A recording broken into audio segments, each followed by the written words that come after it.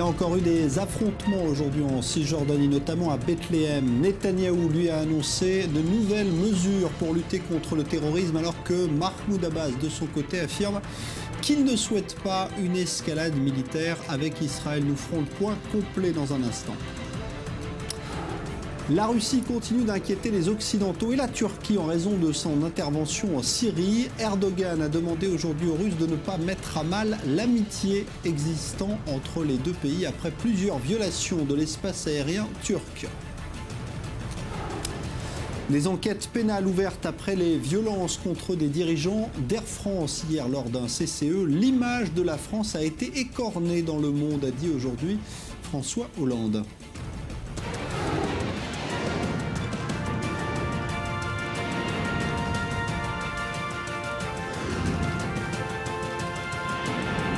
Grand Direct, avec Jean-Charles Banou. Bonsoir à tous. Il y a encore eu quelques affrontements, on en parlera dans un instant aujourd'hui en Cisjordanie, mais dans l'ensemble, l'armée israélienne note ce soir une très nette baisse de tension, notamment à Jérusalem, théâtre ce week-end du dernier attentat meurtrier anti-israélien en date avec la mort de 2 Israéliens poignardés. Ce matin, le Premier ministre israélien a d'ailleurs reçu les représentants des régions de Judée et de Samarie pour annoncer plusieurs mesures afin de lutter contre le terrorisme. Il a d'ailleurs promis de ne pas baisser les bras. Reportage Mathias Inbar. Mis sous pression par son propre camp, les principaux dirigeants des implantations, eux-mêmes membres du Likoud, ont manifesté devant la résidence du Premier ministre, également chef de leur parti à Jérusalem. Les maîtres mots après les récents attentats mortels en Cisjordanie: sécurité et reprise des constructions. Nous demandons au Premier ministre de changer la politique sécuritaire, d'arrêter le gel raciste des constructions qui ne concernent que les Juifs à Jérusalem et en Judée-Samarie. Nous attendons de lui d'agir face au terrorisme exactement comme la France et la Grande-Bretagne fonctionnent en ce moment face au terrorisme chez eux et au-delà de la Méditerranée. Le ton est sévère, mais en attendant, pas de décision concrète après leur réunion avec le Premier ministre. Après une pluie de pierres et de cocktails Molotov sur les routes de sa région, entre les villes palestiniennes de Bethléem et Hebron, le chef du conseil du Gush Etzion se concentre davantage sur le gel de facto des constructions en Cisjordanie. Vous ne pouvez pas décider de geler les constructions pour différentes raisons. Parce que si vous ne construisez pas, vous montrez que vous êtes trop faible pour réaliser quoi que ce soit. Vous faites marche arrière et vous leur donnez le pouvoir et la motivation de nous attaquer et de nous jeter à la mer là où ils veulent nous voir. Accusé d'immobilisme par la gauche, Benyamin Netanyahou est également sommé par la droite d'agir. Et fait surprenant, certains ministres de son gouvernement cautionnent leur mouvement. Déterminés à mettre la pression sur Benyamin Netanyahou, les principaux chefs des implantations juives de Cisjordanie ont décidé de ne pas quitter leur camp, posé devant la résidence du Premier ministre, tant que ce dernier ne prendra pas la décision de reprendre les constructions en Cisjordanie. Alors, on va retrouver à Jérusalem tout de suite l'un de nos envoyés spéciaux, c'est Léa Berdugo qui est sur place. Bonsoir Léa. D'abord avec vous, confirmation d'une situation ce soir qui semble apaisée à Jérusalem, c'est le cas ? Oui, à Jérusalem, la situation est plutôt calme. Nous avons pu nous balader dans les rues de cette ville. Et alors, les réactions étaient plutôt mitigées au sein de cette ville. Mais comme d'habitude, eh bien, la politique n'est jamais très loin. Beaucoup se sont dit déçus par la politique de Benyamin Netanyahou. Pour certains, il ne va pas assez loin. Mais pour d'autres, eh bien, il va trop loin et il ne prend pas le chemin de la paix. Un habitant de Jérusalem nous confiait rester optimiste, mais que selon lui, eh bien, avec une telle politique israélienne, eh bien, rien ne changera. Alors beaucoup ont exprimé de la peur, certains se sont dit méfiants par rapport aux futures actions, certains ont dit craindre eh bien, ces attaques de loups solitaires. Alors Léa, il y a quand même eu des mesures à annoncer pour lutter justement contre le terrorisme aujourd'hui et ce soir par Benyamin Netanyahou. Exactement, le discours était plutôt volontariste. Nous restaurerons la sécurité. Une batterie de mesures a été annoncée et parmi elles, la décision d'installer des caméras de surveillance au sol et dans les airs en Cisjordanie et celle de renforcer la présence policière. Alors le Premier ministre israélien en a profité aujourd'hui pour recadrer les membres du gouvernement qui avaient critiqué la politique gouvernementale. Parmi eux, Tzipi Otoveli, la vice-ministre des Affaires étrangères qui s'est dite insatisfaite par la politique gouvernementale. Par ailleurs, ils étaient une vingtaine d'habitants des implantations environ aujourd'hui à protester contre la politique gouvernementale. Selon eux, la politique de Benyamin Netanyahou n'est pas assez forte. D'ailleurs, ce soir, le Premier ministre israélien reçoit une nouvelle fois les dirigeants des implantations juives en Cisjordanie. Son but, calmer le jeu après la vague de mécontentement exprimée ces derniers jours. Merci Léa Berdigou. On vous retrouvera tout à l'heure en direct de Jérusalem avec d'ailleurs des réactions que vous avez recueillies d'habitants de Jérusalem. Alors la journée a été marquée, on vous l'a dit, une nouvelle fois par des affrontements, parfois assez violents d'ailleurs entre Israéliens et Palestiniens. Cette fois cela se passe à Bethléem en marge des funérailles d'un jeune Palestinien qui avait été tué hier lors d'autres affrontements. Des jets de pierre et les ripostes de l'armée israélienne. On a compté plus d'une vingtaine de blessés ce soir. Reportage de l'un de nos envoyés spéciaux, Maël Benoliel. Ils avaient mené des attentats il y a quelques mois contre des civils israéliens. Leurs maisons familiales ont été démolies la nuit dernière par l'armée israélienne. Une mesure punitive plutôt courante de la part des autorités israéliennes, bien que régulièrement dénoncée par les Palestiniens et la communauté internationale. Hier, vers minuit, des forces armées sont venues pour s'emparer de ces maisons. Ils s'en sont pris à ceux qui y habitaient. Ils nous ont bousculés, nous ont ordonné d'évacuer immédiatement le bâtiment, sans même nous avertir. Nous avons même été évacués de la rue. Du côté de Bethléem, ils étaient des milliers à prendre part aux funérailles d'Abdel El-Rahman Ashadi. Ce jeune Palestinien de 13 ans est décédé à l'hôpital des suites de ses blessures après avoir été touché à la poitrine par une balle qui aurait été tirée par les forces de sécurité israéliennes lors d'affrontements, selon le ministère de la Santé palestinien. Il s'agit là du second Palestinien à perdre la vie en quelques jours. Tsahal, de son côté, a ouvert une enquête mais se défend d'utiliser des balles réelles pour contenir les Palestiniens. Il est un martyr de la Palestine, de la patrie. J'espère que Dieu acceptera toutes les âmes de tous les martyrs, qu'il repose en paix, lui et tous les martyrs. Il n'en fallait pas tant à ces jeunes Palestiniens pour vouloir en découdre. La scène est déjà vue et revue. Jeteurs de pierres palestiniens d'un côté, forces de sécurité israéliennes de l'autre. Les pierres pleuvent sur cette rue du centre-ville. Quelques jets de cocktails Molotov les accompagnent.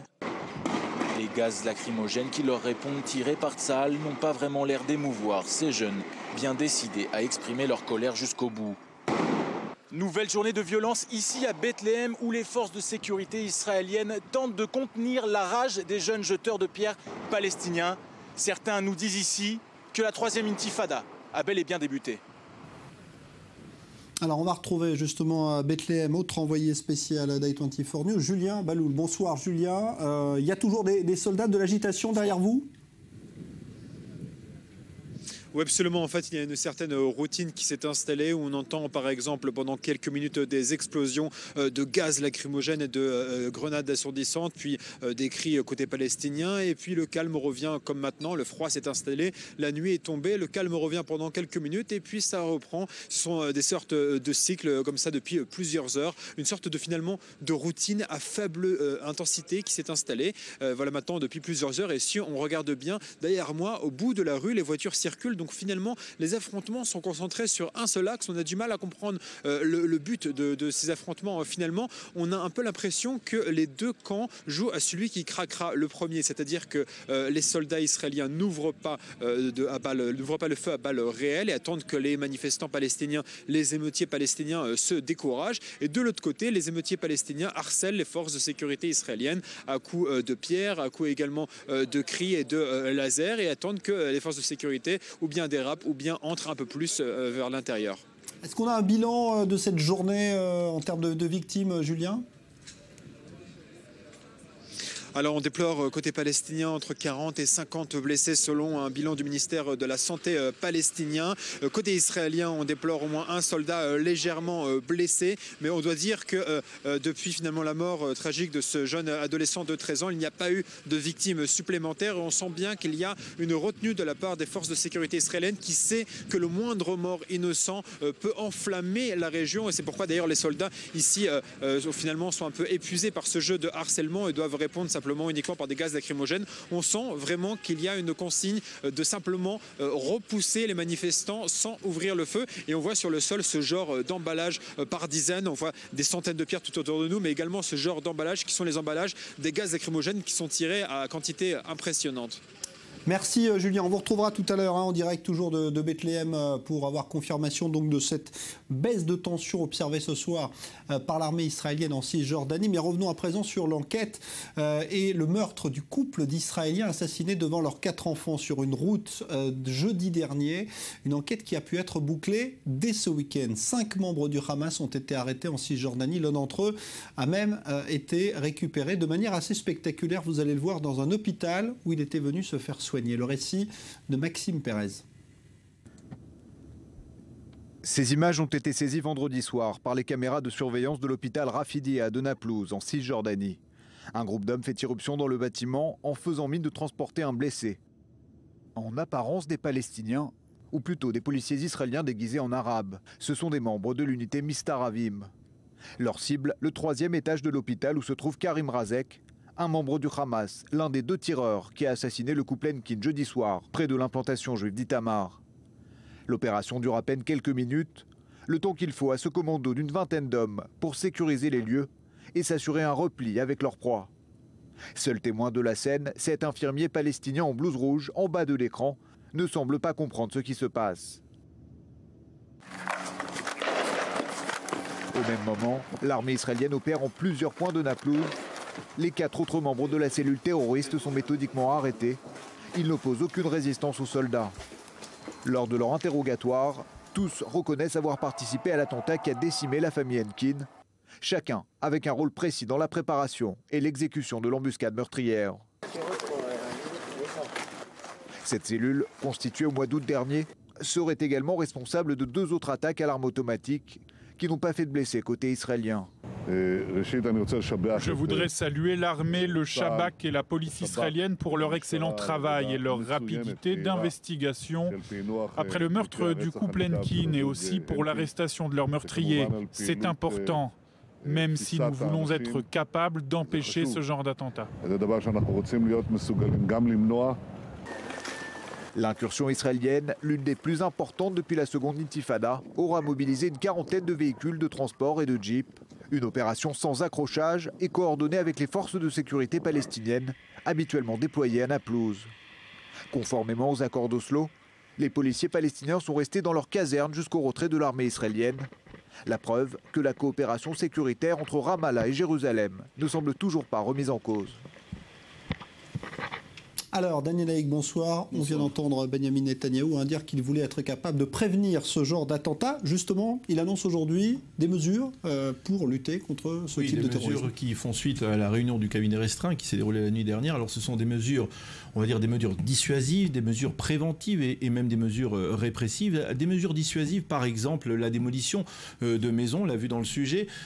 C'est une mesure, comme la seconde mesure dissuasive, qui est la multiplication des arrestations administratives, des détentions administratives, sont des mesures dont l'efficacité est contestée parce qu'on dit que, par exemple, la démolition d'une maison, comme dans le cas précis, il s'agissait d'attentats terroristes, de responsables terroristes d'attentats qui ont été commis il y a de cela plusieurs mois. L'efficacité d'une démolition de maison, elle est dans l'immédiat. Si on démolit une maison le lendemain d'un attentat, alors il y a effectivement un effet dissuasif. Si il y a on a vu au niveau de la détention administrative que de plus en plus de Palestiniens feront des grèves de la faim et que finalement ils obtiennent plus ou moins gain de cause. Donc il y a une efficacité contestée concernant les mesures dissuasives. Il y a les mesures préventives comme par exemple les routes de contournement. C'est une méthode qui avait été utilisée par Yitzhak Rabin en 1992 au moment où il y avait déjà des émeutes. 92 92-93, il y avait un soulèvement palestinien, un mini-soulèvement palestinien.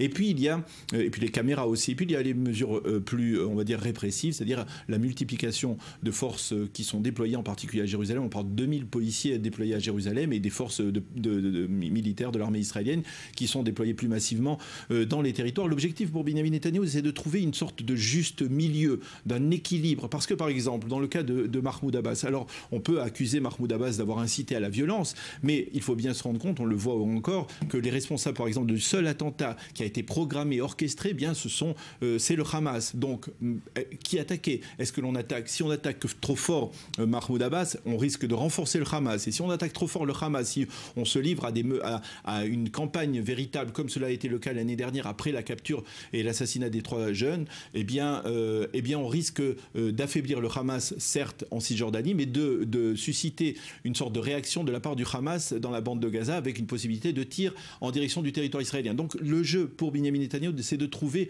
le juste équilibre, et cela ne plaît pas à tout le monde, certainement pas même à certains membres de son gouvernement. Alors justement, il y a des critiques, et ça c'est assez étonnant, au sein même du gouvernement Netanyahou sur bien cette politique sécuritaire. Alors c'est pas tout à fait étonnant, cela existait, on en a entendu des critiques lors de l'opération Bordure Protectrice l'année dernière, c'était Naftali Bennett, rappelez-vous, et Lieberman qui avait accusé Benyamin Netanyahou de trop d'attentisme, de passivité face au Hamas. Là, c'est encore plus particulier parce qu'on assiste à l'arrivée dans une manifestation anti-gouvernementale de ministres du gouvernement israélien. On voit que des gens comme Israël Katz, qui est le vice-premier ministre, le premier ministre par intérim, venir soutenir le mouvement des habitants des localités juives. Alors là aussi, il faut Benyamin Netanyahou connaît cette situation puisque lui-même a été un opposant à Ariel Sharon à l'époque, lorsque Ariel Sharon était chef du gouvernement, lui-même a été un opposant. Donc Benyamin Netanyahou connaît cette situation.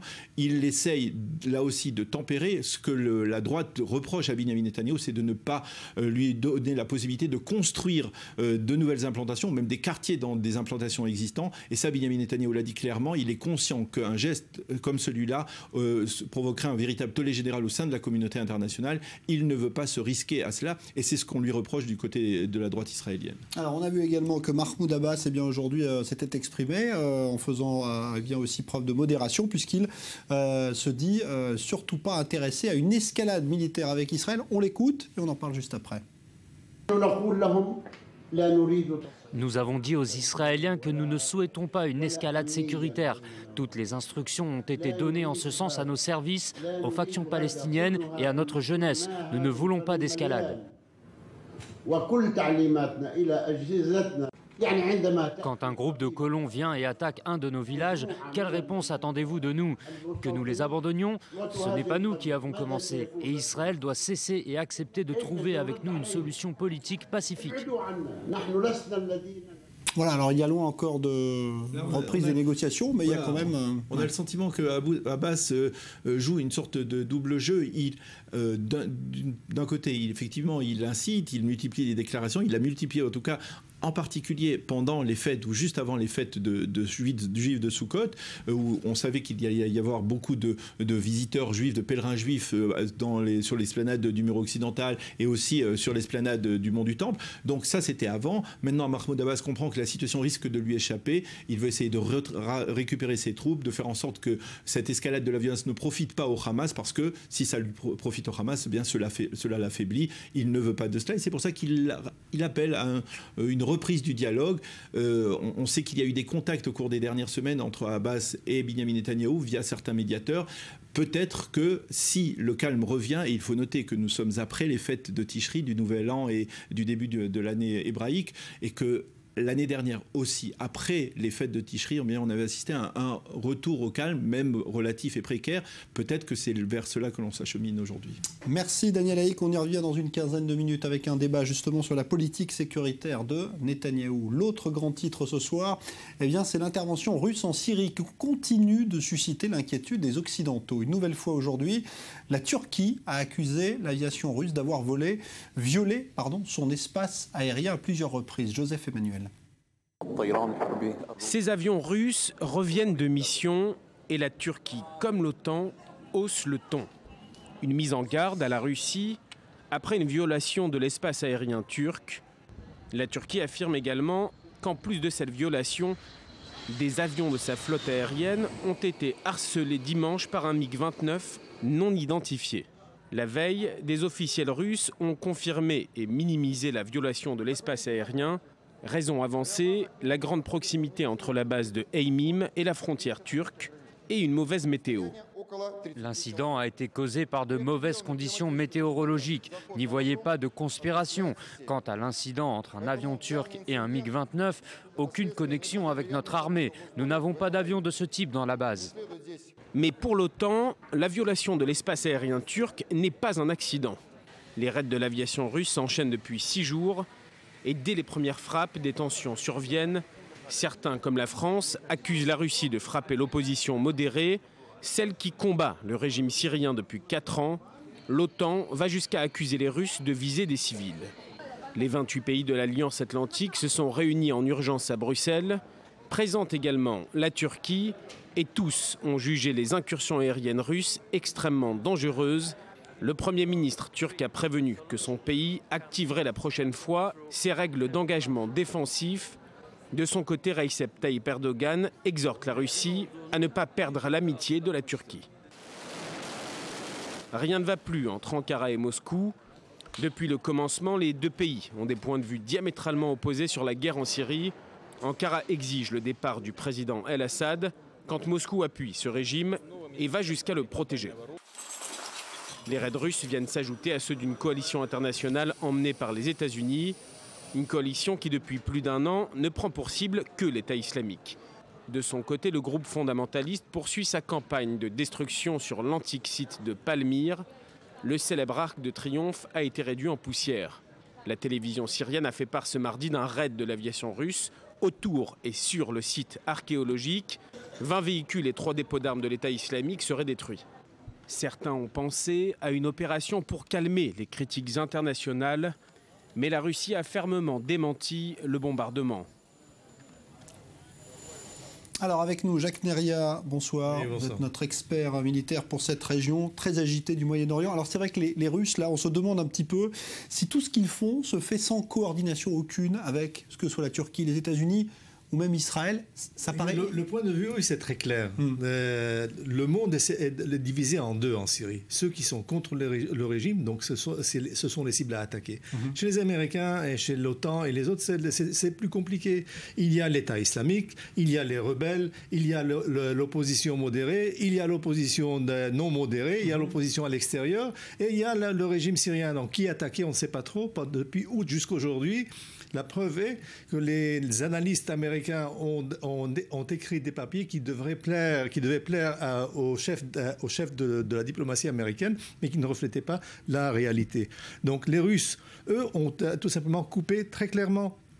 Nous sommes avec le régime syrien, nos alliés sont Hezbollah et l'Iran, tout le reste est contre nous, donc nous attaquons. Nous attaquons en une première étape les cibles qui vont je dirais, refaçonner l'État-nation syrien, donc à partir du nord jusqu'à Damas, c'est toute la célèbre autoroute M5 qui va du nord au sud, donc, et on reprend les régions qui ont été perdues aux rebelles depuis janvier, mars et mai, et cela en une première étape, et en deuxième étape, naturellement, et peut-être même parallèlement, on attaque des cibles véridiques. On attaque Raqqa, qui n'a jamais été attaqué dans le passé.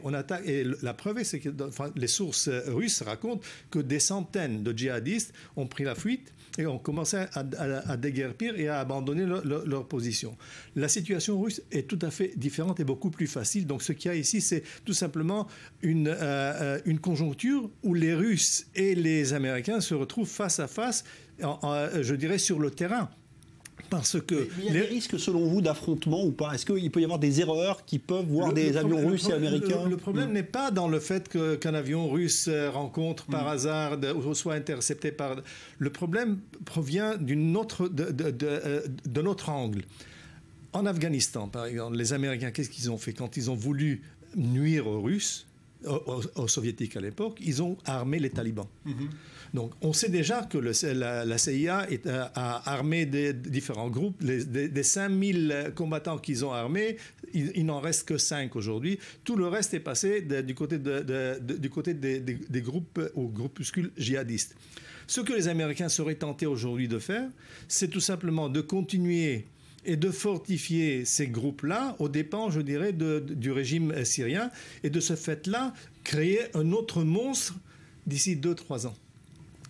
Et là, ce serait notre problème à nous, et non pas aujourd'hui. Donc c'est le vrai combat, et je dirais le vrai défi qu'il y a sur le terrain, et non pas un avion russe qui va rencontrer un avion turc. Rien ne va se passer. De ce côté-là, il y aura certainement une tension qui sera tout simplement contrôlée. Voilà. Et Israël qui suit ça de très près aussi, puisqu'il y a des rencontres entre militaires russes et israéliens. Merci Jacques Neria pour cet éclairage. Un mot de l'Union européenne et de la Turquie qui ont trouvé un accord aujourd'hui sur la gestion de la crise des migrants. 2 millions de réfugiés syriens sont en effet sur le sol turc, et c'est là que les Européens vont désormais venir aider les Turcs à gérer cet afflux pour éviter le chaos. On évoque à présent les suites des intempéries spectaculaires en France. Bilan de 20 morts et de 2 disparus, avec évidemment de grosses perturbations encore aujourd'hui. Julia Ganancia. 4 jours après les inondations, 1800 foyers restent encore sans électricité dans le sud de la France. Les services de secours de voirie et les habitants des communes les plus touchées, Cannes, Antibes, Mandelieu, La Napoule, Biot, Valoris et encore Mougins, continuent les nettoyages et les remises en état. Et le trafic ferroviaire reste très perturbé, contre une dizaine habituellement. Seul un train à grande vitesse effectuait la liaison entre Paris et Nice. Tous les autres s'arrêtaient à Toulon. Beaucoup de ralentissement entre Cannes et Nice, avec entre 20 et 30 km de ralentissement. On circule à 20 km/h parce que d'abord nous avons eu les installations électriques qui ont été noyées. Donc nos équipes travaillent d'arrache-pied depuis samedi soir pour pomper les installations, enlever l'eau et puis ensuite réparer. Plusieurs établissements scolaires sont restés fermés ce mardi. Ils rouvriront progressivement leurs portes au fil de la semaine. À l'école primaire Saint-Exupéry de Cannes, la catastrophe a laissé des traces. Les élèves ont tout de même pu y retourner. L'occasion pour eux de verbaliser ce qu'ils ont vécu. Jules, qui était dans sa voiture, il m'a vraiment raconté du début à la fin ce qui s'était passé dans sa voiture. Nolan, il m'a raconté la cage d'ascenseur. Naël, qu'ils ont d'ailleurs dû dormir dans le TGV. Donc c'était vraiment... Non, ils ont vraiment raconté, mais avec plein de détails, ce qu'ils ont vécu. Désormais, les écologistes dénoncent l'urbanisation intensive qui empêche les sols d'absorber l'eau. En 2012, un rapport sénatorial sur les inondations dans le Var avait pointé les modifications excessives du territoire. Il affirmait que ces catastrophes n'étaient pas naturelles car elles intervenaient dans des paysages remodelés par l'homme. Dans un instant, suite du Grand Direct, on évoquera la politique sécuritaire de Benyamin Netanyahou avec un débat. A-t-elle échoué ou pas avec les attentats perpétrés par des Palestiniens de ces derniers temps? Et puis on ira également en France où la polémique suit évidemment les images violentes qui ont marqué hier le comité central d'entreprise du groupe Air France. A tout de suite.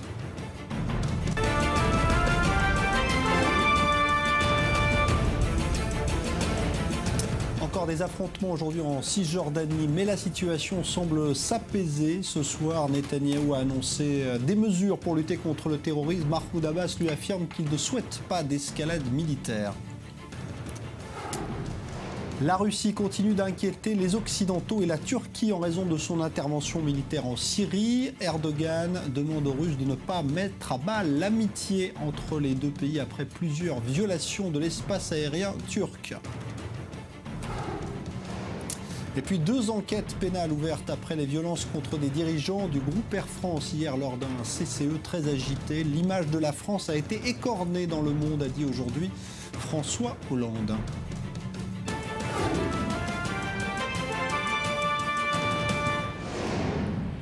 Alors, question posée ce soir après les attentats commis ces derniers jours en Cisjordanie à Jérusalem, les violences en Cisjordanie d'hier, notamment avec la mort d'un manifestant palestinien. La politique sécuritaire de Netanyahou a-t-elle échoué? On va en parler avec nos invités. Je salue tout d'abord Nitzan Horowitz. Bonsoir, vous êtes ancien député pour le parti Meretz à la Knesset et vous êtes journaliste. Bonsoir à vous, Boaz Bismuth, éditorialiste pour le quotidien Israël Hayom. Alors, avant de vous donner la parole, je voudrais qu'on retourne à Jérusalem, où on retrouve Léa Berdugo. D'abord, pour avoir confirmation, Léa, que la situation ce soir est bien apaisée. Je parle de la situation sécuritaire à Jérusalem, là où vous vous trouvez. Exactement, la situation est plutôt calme. Il n'y a pas eu d'affrontement ici toute la journée. Alors elle n'est pas calme pour le Premier ministre parce que beaucoup se sont exprimés contre lui. Il y a eu des mécontentements à gauche, des mécontentements à sa droite, mais des mécontentements également au sein de son propre camp. Plusieurs membres du Likoud se sont joints à ces voix qui critiquaient la politique gouvernementale. Ça a également été le cas de 2 membres du gouvernement, dont la vice-ministre des Affaires étrangères. Nous avons pu lui parler tout à l'heure. Elle s'est dit très insatisfaite par les actions menées par Benyamin Netanyahou. Alors l'insatisfaction est politique, mais elle est également populaire. Nous avons pu parler à plusieurs habitants de Jérusalem qui se sont dit mécontents de la politique menée par le Premier ministre israélien. Pour certains, il ne va pas assez loin et pour d'autres, il ne se préoccupe pas assez de la paix avec les Palestiniens et se soucie un peu trop de l'Iran. Je vous propose d'écouter quelques réactions. Je pense que les décideurs doivent prendre des décisions de façon indépendante, de façon claire. Netanyahou doit informer ses citoyens de ce qu'il compte faire ces 3 prochaines années, quelles frontières il propose et s'il y a ou non un accord de paix. Il nous parle sans cesse de l'Iran. Je partage son inquiétude, mais l'Iran n'a pas d'influence sur la vie des Israéliens tous les jours. On veut vivre en sécurité, mais on n'a pas de réponse. Il faut faire plus pour le processus de paix. On est trop tourné vers l'Iran. Voilà, merci à Léa Berdugo qui a recueilli ces témoignages à Jérusalem. Alors, Boaz Bismuth, Nitzan Horowitz, est-ce que vous diriez que là-dessus, Netanyahou a échoué? Est-ce qu'il est victime ou est-ce qu'il est lui-même responsable de ce qui se passe aujourd'hui, de ce qu'on a vu ces derniers jours? D'abord, il est responsable parce qu'il est Premier ministre depuis 7 ans déjà, donc c'est lui qui est en charge, donc c'est sa responsabilité.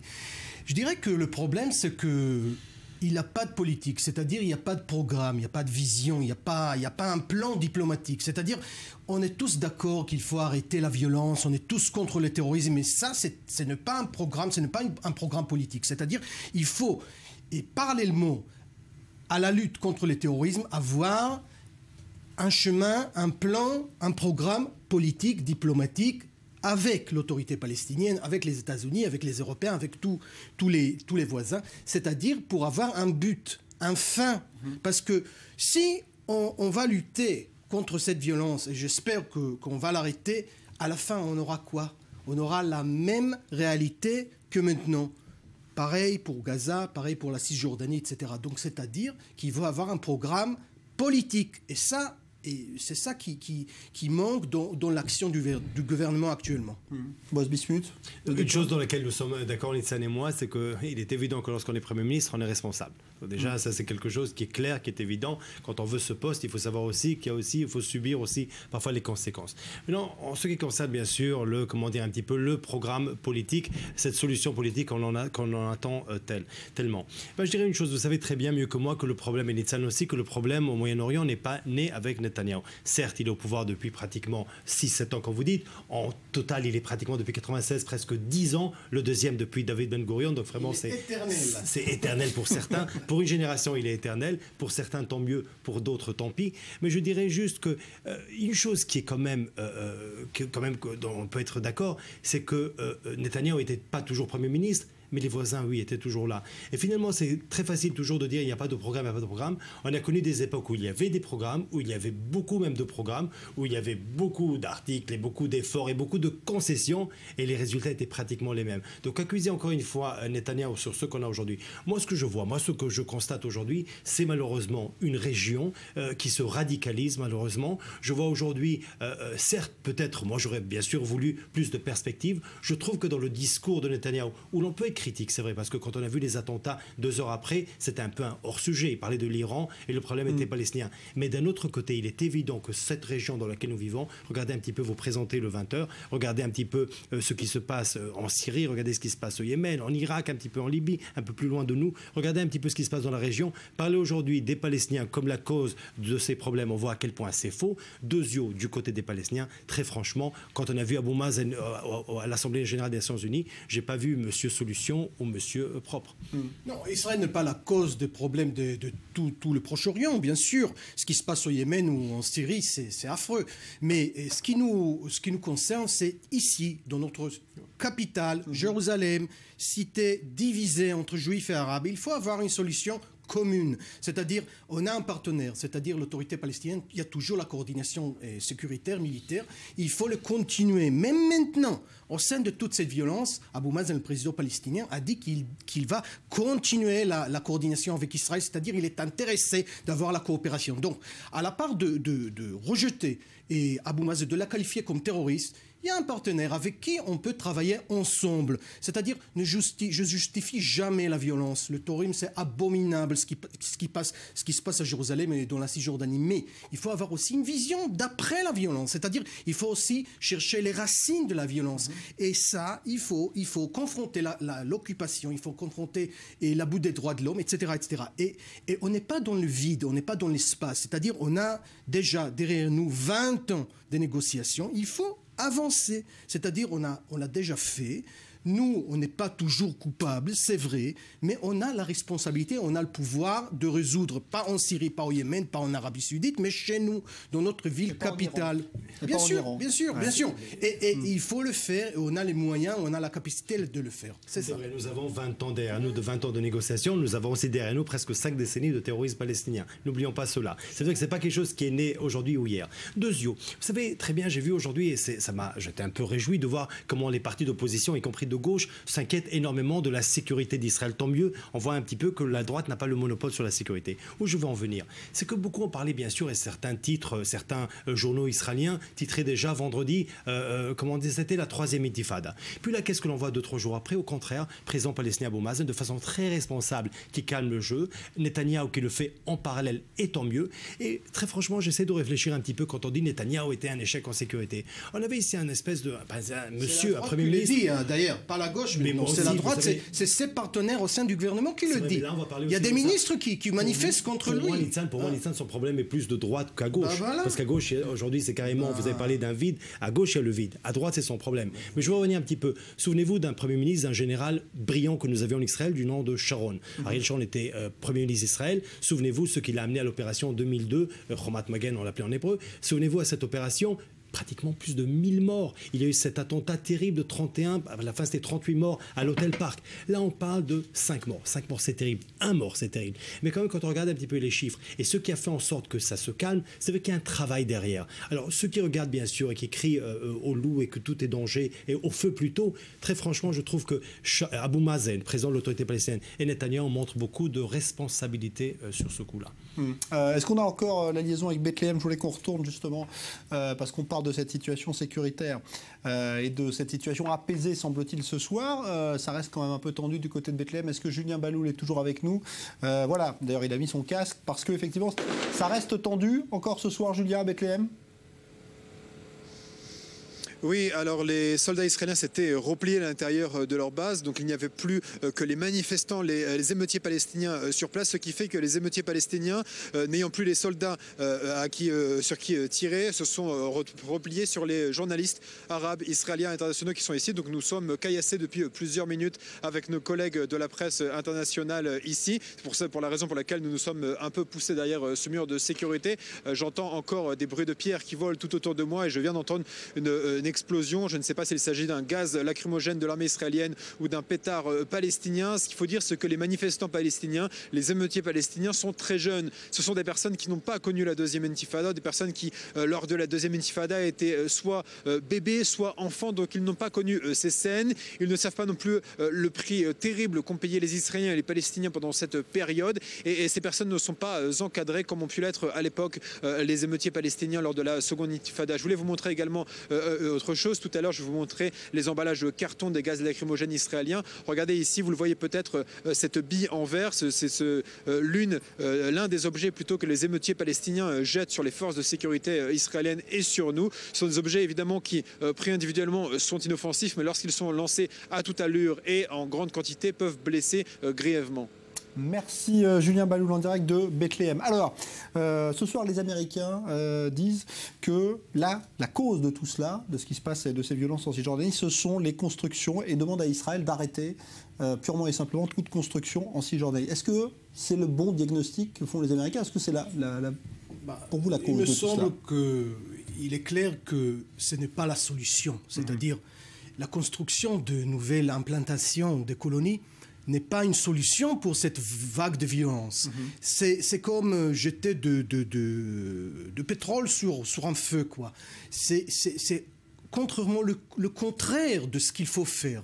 C'est-à-dire maintenant, il faut calmer la situation, il faut apaiser la situation, il faut arriver à une discussion avec les Palestiniens, pas créer de nouvelles colonies, de nouvelles implantations, etc., etc. Ça va aggraver la situation. Et c'est clair, et je crois que là-dessus, les Américains sont tout à fait d'accord. D'ailleurs, je sais, personnellement, je le sais, que Netanyahou n'est pas tout à fait favorable à cette démarche-là de créer de nouvelles implantations, mais ses partenaires au sein du gouvernement font pression sur lui. Donc, il doit montrer une leadership, une pouvoir pour résister à ces partenaires-là. Et s'il y a des ministres qui manifestent contre lui, ce qui est un peu bizarre quand même, dans une démocratie, il y a des ministres qui sont élus, qui sont membres du gouvernement, ils ne peuvent pas aller dans la rue et crier. Non. Et alors là, on peut même virer ces ministres. Ça a été fait avant et c'est possible maintenant aussi. Donc voilà. C'est vrai que ça a été fait dans le précédent gouvernement. N'oublions pas, il a viré 2 ministres, il a déjà fait, ça a été la preuve, et pas des moindres justement. C'était hier la paix d'être Tzipilivni, pas des moindres. Et je dirais juste une chose, concernant la construction. M. Dani Danon, au sein de la guerre de Gaza, qui s'est exprimé contre le gouvernement. Il a cherché. Il était ministre adjoint de la Défense, il a été viré par Netanyahou. Pendant une opération militaire. Je dirais juste une chose. D'abord, sur les constructions, bien sûr, ça c'est un débat, vous savez, c'est un vieux débat. Certains peuvent dire que c'est la cause, d'autres comme moi pensent que c'est un prétexte, mais ce n'est pas le sujet. Le sujet, justement, c'est que nous sommes une démocratie. Il est évident que ce qui est aujourd'hui, je partage entièrement ce que Nissan vient de dire à l'heure actuelle, c'est que assez paradoxal, d'abord que ça vienne de droite et au sein même de son propre gouvernement, un peu les problèmes qu'il affronte aujourd'hui. Mais je dirais la chose suivante. Si l'ancien député Nissan, qui vient du camp gauche d'Israël, et qui sait et qui avoue ici que peut-être Netanyahou, c'est pas celui qui, le maçon, vous savez, qui va maintenant et qui a que en tête comment j'amène des briques et je construis des immeubles. Pourquoi est-ce que certains partis de gauche, justement, ne le soutiennent pas et le laissent, justement, otage de fameux partis de droite? Donc, si vous voulez un petit peu la gauche, très beau les propos devant les micros, mais derrière les coulisses, je crois qu'ils auraient pu un peu plus l'aider et montrer un peu plus de responsabilité. L'opposition, c'est l'opposition, c'est-à-dire de remplacer le gouvernement, l'histoire pas de soutenir en Israël, le Premier l'histoire a ministre. prouvé que certains, on a su très bien dans des moments difficiles. Je ne pense pas que c'est le moment le plus difficile, par ailleurs. Je ne pense pas que c'est le moment le plus difficile. Et je crois on a connu pire. Que le problème de l'opposition d'Israël, c'est qu'on n'est pas assez opposé au gouvernement. C'est ça notre problème ici. Je pense que plutôt le problème de l'opposition, c'est qu'ils n'ont rien à proposer. On est trop, parfois, quand je regarde le parti travailliste ou le parti échatide de M. Lapid, ils sont parfois des représentants du gouvernement. Ils vont à l'étranger pour représenter Netanyahou. Et là, je ne l'accepte pas. Ils ne sont pas élus pour soutenir le gouvernement. Ils sont dans l'opposition. Et l'opposition, dans un régime démocratique, a un rôle extrêmement important. Et il faut être opposé au gouvernement. Regardez ce qu'il propose. Il propose quoi? Des conférences internationales? Ça a été fait, c'est du réchauffé. On propose... Ça n'a pas été fait. L'initiative de paix arabe, depuis 2002, ça fait déjà 13 ans. Avec le droit du retour, bien sûr, et on va habiter à Paris 18. N'a pas été exploité, n'a pas été examiné, jamais par Israël. Il faut savoir Donc ça, c'est une idée qu'il faut développer. Il y a une chose qu'il faut être clair, vous êtes un homme politique et vous savez mieux que moi, par ailleurs, que dans la dernière campagne électorale en Israël, y compris les partis de gauche, peut-être pas le vôtre, mais pratiquement les autres, le sujet de négociation avec les Palestiniens était carrément absent. Ça, c'est quelque chose qu'il faut demander. Et la raison n'était pas Netanyahou, la raison était primo, c'est devant nous justement.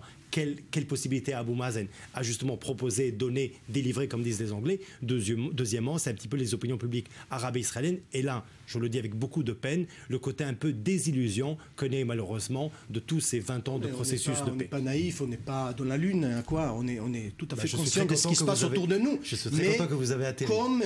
Comme les pays les plus forts, les plus riches, les plus puissants de la région, on a la responsabilité, on a aussi la capacité de promouvoir les choses. Ça, c'est vrai. Est-ce que vous diriez que Netanyahou s'est désintéressé? Est-ce qu'il est coupable de s'être désintéressé un peu trop de ces problèmes de sécurité, de terrorisme palestinien au profit, par exemple, de l'Iran ou d'autres choses?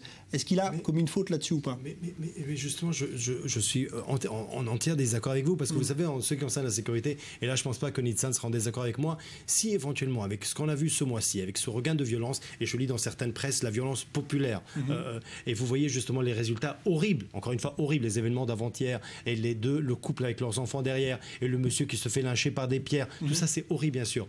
Mais vous savez le nombre aussi d'attentats qu'on a réussi à éviter. Et je vous invite encore une fois à voir les chiffres dans les années précédentes et ce qui se passe aujourd'hui. Je pense que dans le quotidien, ça c'est pas seulement Netanyahou, c'est pas Bougie Herzog, c'est pas le parti Meretz, c'est l'armée et les moyens de sécurité israélienne qui travaillent jour et nuit justement pour éviter des attentats. Ça s'est fait de façon constante. En coopération avec l'autorité palestinienne. Ça c'est le chef de la sécurité d'Israël qui le disent. C'est-à-dire on a une coopération étroite avec l'autorité palestinienne quotidiennement, c'est-à-dire sur le terrain. Et il y a beaucoup de terroristes islamistes, par exemple, qui sont arrêtés et jugés par l'autorité palestinienne. C'est-à-dire on a une coopération avec eux et ça, il faut que les Israéliens sachent. Parce que ça, c'est aussi une espèce de base pour nos relations communes.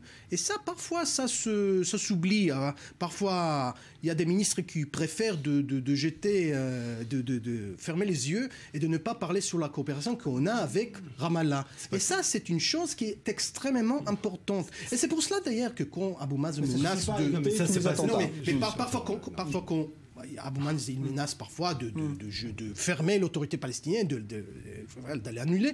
Et Netanyahou, ça lui fait peur parce qu'il a besoin de cette coopération. Bien sûr que ça, le Shabak, c'est la base. Mais avec la coopération palestinienne, c'est essentiel. Voilà. Vous voulez ajouter un mot là-dessus? C'est vrai, je suis hyper reconnaissant parce que heureusement qu'on a, demain, je vais peut-être éviter de salle parce que maintenant que j'ai Abou Mazen qui me protège, j'ai plus besoin, tant mieux. Mais je dirais juste une chose. Je dirais juste une chose.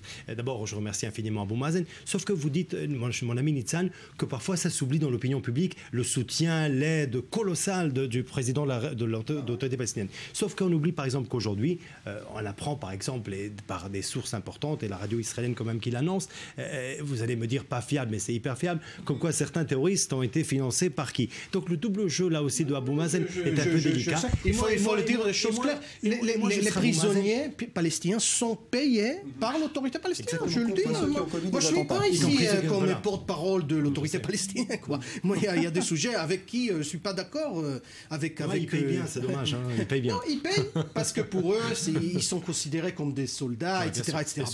Mais moi, ce que je veux dire, c'est qu'il faut essayer de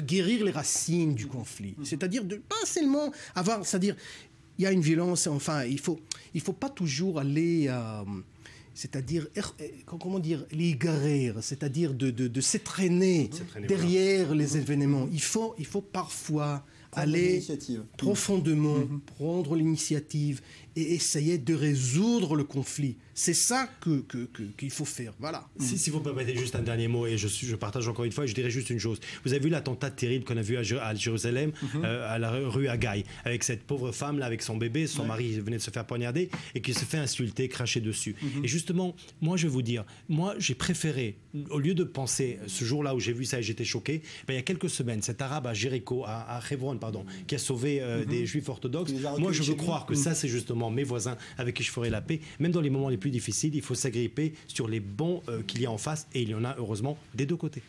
Je crois qu'on sera d'accord qu'il ne faut pas donner les extrémistes des deux côtés de prendre la main. Sauf qu'ils sont un peu plus nombreux d'un côté qu'à d'un autre. Ok, d'accord. Là, vous êtes d'accord. Merci Nitzan Horowitz, merci Boaz Bismuth pour cet éclairage avec donc ce soir une tension qui semble en tout cas retomber très nettement. C'est l'image de la France qui a été touchée. François Hollande a lui aussi condamné les violences d'hier contre 2 cadres d'Air France lors d'une réunion houleuse entre direction et syndicats à propos de la suppression de 2900 postes. Aujourd'hui, plusieurs enquêtes sur ces violences ont été ouvertes et certains réclament des sanctions exemplaires. Julia Ganancia. Les agressions du DRH d'Air France ne resteront pas impunies. Une enquête en flagrance a été confiée à la police aux frontières. La compagnie aérienne a porté plainte lundi soir pour dégradation et entrave au déroulement du CCE. Un porte-parole de la direction d'Air France a précisé que cette plainte visait aussi des faits de violence aggravée. Selon la direction, 5 cadres de l'entreprise, dont M. Brossetta, ont aussi décidé de porter plainte. Il y a 2 procédures. Il y a une procédure pénale. Nous avons déposé plainte et donc la justice va suivre son cours, je l'espère, rapidement pour que les responsables soient identifiés et puis qu'on puisse lancer les procédures pénales à leur encontre. Et de l'autre côté, il y a des procédures disciplinaires. Lorsque nous aurons aussi identifié les personnes responsables, il y a des procédures disciplinaires qui sont prises à leur encontre. La situation a brutalement dégénéré lundi avec l'agression du directeur des ressources humaines après la confirmation de la possible suppression de 2900 postes. Xavier Brossetta s'est retrouvé torse nu, chemise déchirée avant de s'échapper en escaladant un grillage. Pierre Plissonnier, responsable de l'activité Long Courrier, a été lui aussi malmené de la même manière. Ces violences ont fait au total 7 blessés, dont un grave, un vigile. Pour le Premier ministre Manuel Valls, c'est l'image de la France qui est touchée. Rien ne peut justifier de tels agissements. Ces agissements sont l'œuvre de voyous. La justice devra identifier ceux qui se sont livrés à cette violence inqualifiable. Le CCE d'Air France étant terminé en pugilat, les négociations entre la direction et les syndicats sont au point mort. Pour l'heure, aucune réunion n'est programmée, le temps de laisser les choses se calmer. Seule information, un conseil syndical est prévu le 8 octobre au syndicat national des pilotes de ligne. Peu de chances que la direction ne bouge d'ici là.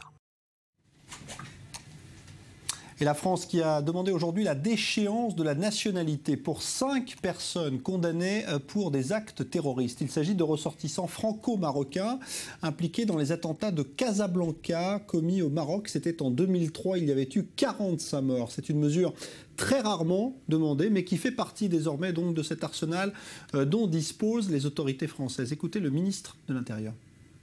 Désireux d'appliquer avec fermeté ces dispositions, j'ai présenté au Premier ministre une décision de déchéance de 5 nationalités concernant des terroristes et je poursuivrai avec la plus grande détermination cette politique. Alors en ligne avec nous le député Les Républicains Alain Marceau, bonsoir.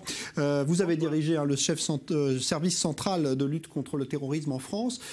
Est-ce que vous êtes d'accord avec cette mesure qui intervient quand même très longtemps après les faits qui datent de 2003 ?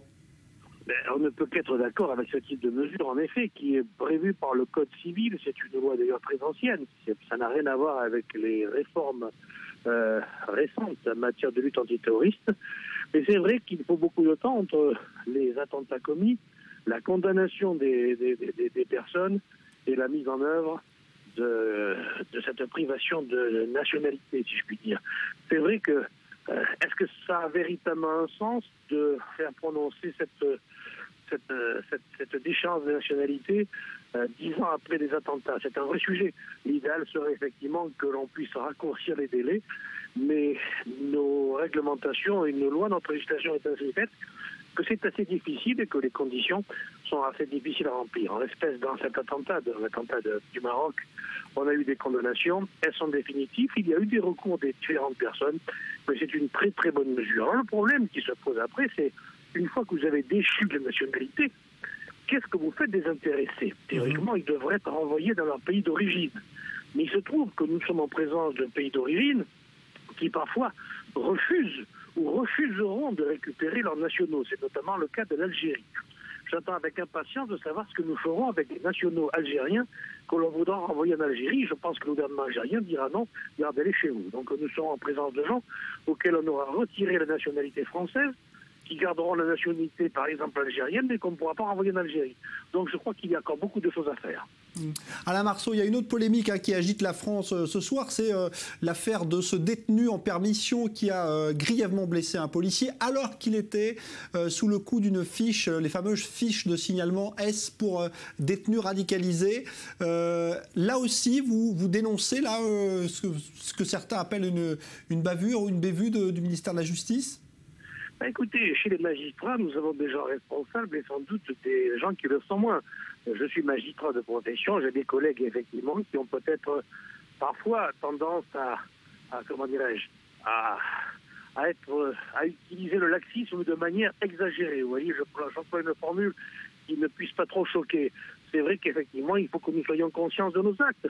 Je crois qu'un jour, il sera peut-être souhaitable de mettre en évidence la responsabilité personnelle des magistrats qui auront pris des décisions mettant en danger nos concitoyens, ou éventuellement mettre en responsabilité l'État qui a finalement fait fonctionner le service public de la justice dans les conditions dans lesquelles il fonctionne.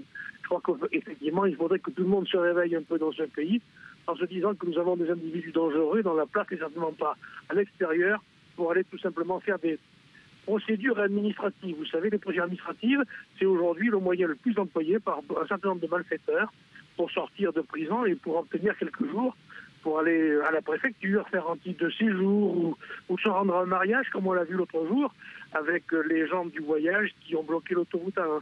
Je crois qu'il serait temps que les magistrats de l'ordre judiciaire se réveillent et ne prennent pas n'importe quelle décision. En tous les cas, j'espère qu'il y a un juge qui, aujourd'hui, normal, c'est celui qui a remis cet individu en liberté. Merci pour cette réaction en direct, Alain Marceau, député donc Les Républicains et ancien chef donc du service central de lutte contre le terrorisme en France. Un mot du prix Nobel de physique décerné aujourd'hui à deux savants qui ont œuvré pour la découverte déterminante des masses qui composent les fameux neutrinos, qui sont des particules élémentaires. Il s'agit d'un japonais Kajihata et d'un canadien McDonald, tous deux donc récompensés aujourd'hui par l'Académie Nobel à Stockholm du prix Nobel de physique. On va se retrouver dans 10 minutes pour parler du contrôle des ports d'armes aux États-Unis, juste après le journal.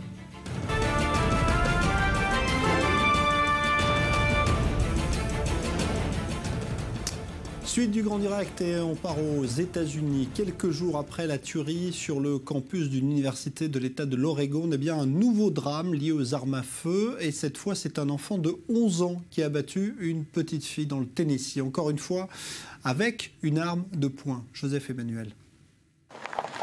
Nous sommes à Jefferson, dans une banlieue calme du Tennessee. Un petit comté de 44 000 habitants. Et depuis 24 heures, la vie semble ici s'être arrêtée. Une nouvelle tragédie liée aux armes à feu frappe l'Amérique. Une fillette de 8 ans a été tuée par balle. Le tireur a été inculpé pour assassinat. Un tireur de 11 ans. Le drame se déroule lors d'une simple dispute. La fillette joue dehors quand l'enfant lui demande de voir son chiot. La petite Makayla d'ailleurs refuse. Je regardais le match de football de Tennessee, j'ai entendu un coup de feu. D'après la mère de Makayla, le garçon harcelait et insultait sa fille depuis plusieurs semaines. Le jeune tireur a été placé dans un centre de détention pour mineurs. Le shérif du comté n'a donné aucun détail supplémentaire, soucieux, dit-il, de protéger les frères et sœurs du jeune garçon, mais aussi la famille de la petite fille. Perdre un enfant de 8 ans, ici dans notre département, ça fait mal. Le président Obama s'est exprimé vendredi pour fustiger l'inaction des élus à réguler l'accès aux armes à feu. Depuis le début de l'année aux États-Unis, 559 enfants de moins de 11 ans ont été abattus ou blessés. Quant au jeune garçon inculpé, il saura d'ici la fin du mois s'il sera jugé comme un adulte ou comme ce qu'il est, un enfant.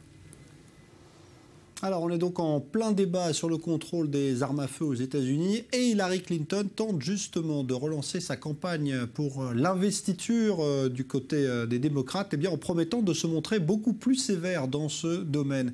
Hillary Clinton, qui est d'ailleurs en perte de vitesse dans les sondages et qui a choisi de se montrer de plus en plus ces derniers temps dans des émissions à destination des jeunes afin de casser une image plutôt classique chez elle. Reportage à New York de notre correspondant Daniel Ziri. Please give a warm welcome to Hillary Clinton, ladies and gentlemen. Hillary Clinton fait sa comédie.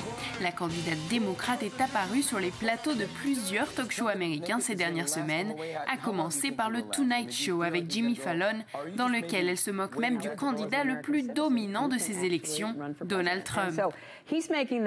Il en profite au maximum et moi, je trouve ça très divertissant. Dans l'espoir de peut-être détourner l'attention des électeurs du très sérieux scandale des emails auquel elle fait face, Clinton a tenté sa chance à l'humour encore une fois cette semaine, cette fois-ci dans l'émission populaire Saturday Night Live. I'm gonna have one more drink. Hey bartender, keep them coming. Hillary ne se prend donc pas au sérieux. Alors que sa cote de popularité baisse dans les sondages, il semblerait que ce soit sa nouvelle stratégie. Une démarche nécessaire selon beaucoup pour rajeunir l'image de l'ancienne première dame. La semaine dernière, une autre tentative de se rapprocher des jeunes électeurs. Clinton s'est laissée interviewer par la star de la série Girls, Lena Dunham. Les prochains sondages montreront bien si la spontanéité calculée de la candidate fera l'affaire, mais selon de nombreux experts en communication, après 6 mois de campagne, il se pourrait bien qu'il soit déjà trop tard pour blaguer.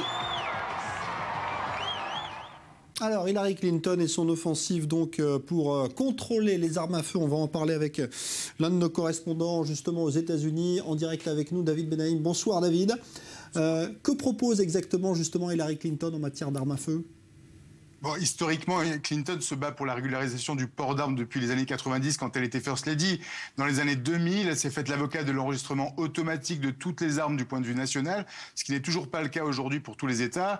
En 2008, lors de sa campagne face à Obama, elle a pris une position plus conservatrice revendiquant le droit de chaque Américain à posséder une arme. Elle racontait durant sa campagne comment son père lui apprenait à tirer quand elle était petite fille. Les lobbies pour le contrôle des armes lui avaient reproché une certaine hypocrisie à l'époque et c'est la raison pour laquelle une certaine frange libérale a du mal aujourd'hui à soutenir sa campagne. Il semble qu'elle vienne de faire à nouveau un revirement à 180 degrés depuis la tuerie de l'Oregon de jeudi. D'abord, c'est la seule candidate à faire des propositions concrètes pour lutter contre ce fléau qui dévaste les écoles, universités, cinémas, églises, tout simplement les quartiers du pays. Elle propose d'abolir la loi qui protège les fabricants d'armes contre tout procès par les familles des victimes tuées par balle. Elle promet également d'utiliser son pouvoir exécutif une fois présidente pour étendre le contrôle de ceux qui désirent acheter une arme dans les foires dédiées à la vente et d'interdire aux citoyens enregistrés sur la liste des violences domestiques de posséder une arme. Des propositions très légères quand on regarde l'hécatombe des morts par balle aux États-Unis. Chaque année, 12 000 Américains sont tués en moyenne des suites d'un homicide impliquant des armes à feu. Alors David, que propose justement dans le camp d'en face, c'est-à-dire chez les Républicains, Donald Trump qui tient la corde actuellement ? Donald Trump se range derrière tous les autres prétendants de la droite conservatrice. Pour l'anecdote, il a affirmé posséder un calibre 9 dans le confort de son appartement, puisqu'il est interdit de porter une arme dans les rues de New York. Il a accompagné sa parole à un geste enfantin en pleine conférence de presse, mimant John Wayne qui dégaine ses flingues devant les caméras.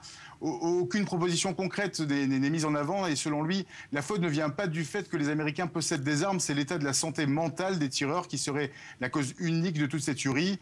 Or, d'après le département de la justice, seuls 5% des homicides par balle impliquent des tireurs souffrant de troubles mentaux. Et la disparité entre les États sur la législation sur le port d'armes est impressionnante et pas toujours en faveur de ceux qui prétendent que plus de contrôle implique moins de morts.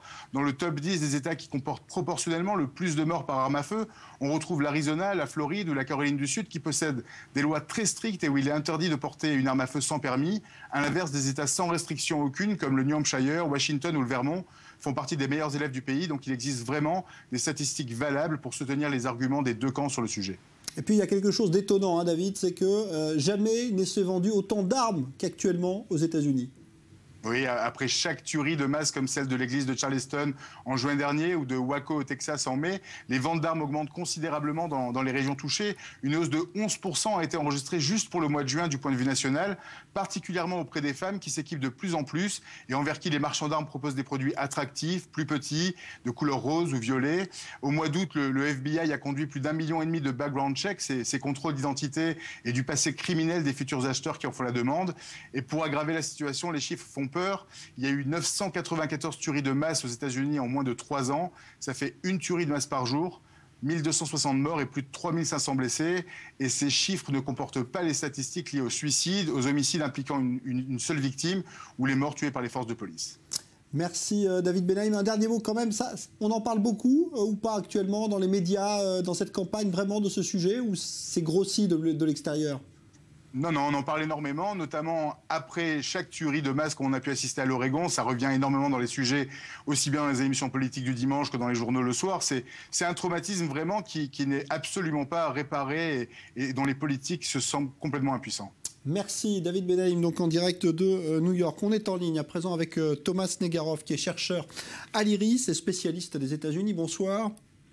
Bonsoir. Alors, c'est quelque chose d'assez patent aux États-Unis. On en parle évidemment à chaque fois qu'il y a une tuerie, de ce problème des armes à feu. Et pourtant, on a l'impression que rien ne bouge. Est-ce que vous, qui connaissez bien ce pays, vous avez l'impression qu'il y a eu une évolution depuis, je ne sais pas, 10, 20, 30, 40 ans? Ou est-ce qu'au contraire, ça ne bouge pas et ça ne bougera jamais? Alors, ça bouge, mais pas dans le sens que vous imaginez. C'est-à-dire que ce qu'on constate aux États-Unis, c'est que en réalité, l'opinion publique est de plus en plus plus favorable au port d'armes à mesure qu'il y a des tueries de masse. Parce qu'on a l'impression que chaque tuerie, c'est disons, le camp du lobby anti-armes qui progresse. C'est le contraire, en fait, parce que les Américains, ça prouve aux Américains qu'ils ont besoin de se défendre avec des armes. Donc c'est paradoxal, mais ça bouge dans ce sens-là.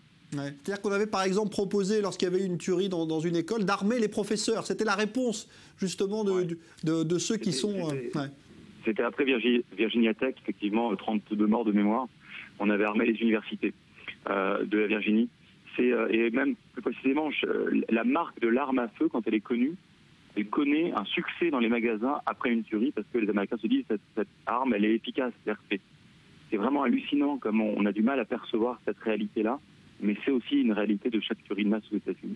Alors, est-ce que c'est vraiment le lobby des armes qui fait la loi, ou est-ce que finalement c'est dans la mentalité des Américains de se dire qu'il faut avoir une arme et qu'on doit pouvoir disposer librement de son arme à feu? Il y a les deux. Vous savez, alors d'abord, il ne faut pas exagérer. Bien sûr, on a en moyenne une arme par Américain. Donc, il y a 300 millions d'armes en circulation. Mais vous n'avez qu'un tiers des foyers qui ont une arme. Donc en fait, il y a des pays qui ont beaucoup d'armes. Donc quand même, 2 tiers des foyers américains n'ont pas d'armes chez eux. Donc il ne faut pas non plus exagérer. Après, si ce lobby a autant de pouvoir, et ça réunit, ça répond à votre question, en fait, c'est parce que ça rencontre la mentalité américaine. Cette mentalité, c'est effectivement un peu un truc hérité des pionniers, si vous voulez, le deuxième amendement, il faut pouvoir se défendre soi-même, même si on est quand même très très loin du temps du Far West. Ça reste quelque chose de très fort. Ça veut aussi dire que les Américains ne font pas confiance en l'État. Ça, c'est très américain aussi pour les défendre. Ils pensent qu'ils doivent se défendre seuls parce que l'État est incapable de le faire. Voilà. Donc il y a un vrai fond de mentalité aux États-Unis autour de cette question. Quand aujourd'hui on entend Hillary Clinton dire qu'elle veut justement faire de cette question un argument électoral, elle promet des choses. Est-ce qu'elle a les moyens, est-ce qu'elle aurait les moyens vraiment de battre en brèche ce fameux amendement et cette... Oui, alors non, on tombe toujours, personne aujourd'hui ne veut interdire, en tout cas interdire non, ça c'est pas possible parce que la Cour suprême par 2 fois en 2008-2010 a rendu des arrêts selon lesquels il n'était pas question de revenir là-dessus. Donc à moins qu'une évolution de la Cour suprême, en fait, les membres sont nommés à vie, mais bon, on ne sait jamais, avec les morts de certains, le départ d'autres, ça peut se jouer, mais là on n'y croit pas trop. Non, c'est plutôt sur la question du contrôle. Plus de contrôle, notamment sur les fusils d'assaut, les armes d'assaut. C'était le cas sous Bill Clinton, par exemple. Et le Congrès est revenu dessus, donc, où le contrôle des antécédents. Ces questions-là, c'est pas tellement vraiment l'idée de revenir dessus complètement. Ça, c'est vraiment presque inenvisageable. Mais c'est plus contrôlé, plus encadré. Vous savez, en France aussi, il y a le port d'armes. Seulement, c'est très encadré. Donc, c'est aussi la question, évidemment, qui est posée. Merci Thomas Snegarov. Je rappelle que vous êtes chercheur à l'IRIS, spécialiste des États-Unis. Ce dossier qui évidemment n'a pas fini de faire parler durant cette campagne électorale aux États-Unis. On parlait du contexte économique tout à l'heure en Europe avec l'affaire d'Air France. Eh bien, justement, les partis anti-austérité sont en train de fleurir à travers toute l'Europe, en réponse notamment à ces plans sociaux de grande ampleur. Et même la Grande-Bretagne n'est pas épargnée. David Klezewski. Conférence annuelle des conservateurs. Un rassemblement de droite, mais un invité surprise de gauche. Jeremy Corbyn. Dans la très policée Grande-Bretagne, ce genre d'initiative est rare, considéré comme une entorse à la règle tacite, selon laquelle les leaders eux-mêmes ne viennent pas perturber les conférences de leurs rivaux politiques. Mais le leader radical de gauche, nouveau chef du Parti travailliste, n'en est pas sa première provocation. Il y a quelques semaines, il avait qualifié de tragédie l'élimination d'Oussama Ben Laden par les États-Unis. Ici, dans cette réunion consacrée à la défense des services postaux, Jeremy Corbyn est venu s'opposer aux politiques d'austérité. Message qu'il compte bien marteler à l'avenir, y compris dans son pays bastion du libéralisme économique. C'est une campagne pour jeter les camisoles de force et libérer les idées sur les politiques d'austérité qui mènent à l'inégalité et à la misère. C'est une campagne pour libérer les esprits des gens sur ce qui peut, et je vous le dis, pourra être accompli par nous en travaillant ensemble. Un peu partout en Europe, c'est devenu une habitude. Scruter la santé politique des partis hostiles à la rigueur. Cette semaine, le Portugal a reconduit son gouvernement de droite, mais a perdu sa majorité absolue au Parlement. La cause, notamment, la performance de la réplique locale de Podemos, qui a réussi à doubler ses mandats aux élections. Mais gare au gouvernement qui prenne trop de liberté avec les règles européennes. Le voisin espagnol a présenté son projet de budget version 2016. Bruxelles, qui veille au grain, a fait part de son inquiétude. Sur la base de cette prévision, l'évaluation de la Commission confirme le risque de non-conformité avec le pacte de stabilité à la fois pour 2015 et 2016, ce que nous avions déjà souligné au printemps. L'Eurogroupe a en revanche attribué une bonne note hier aux malades grecs. Les élections se succèdent, les réformes aussi. Aux yeux des créanciers, Athènes a su rassurer sur la poursuite de ses politiques d'austérité. La mode, pour finir, et ça se termine demain à Paris, la fameuse Fashion Week, collection printemps-été 2016. Et aujourd'hui, à l'honneur, Dior, Saint-Laurent, Kenzo, Julia Ganancia.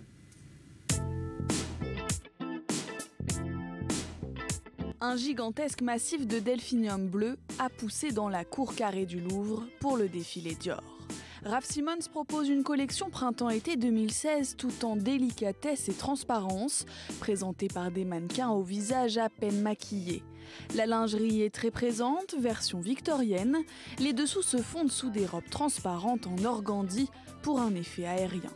Parmi les célébrités, Rihanna, égérie de la marque, a fait sensation dans son manteau rose, signé Dior évidemment.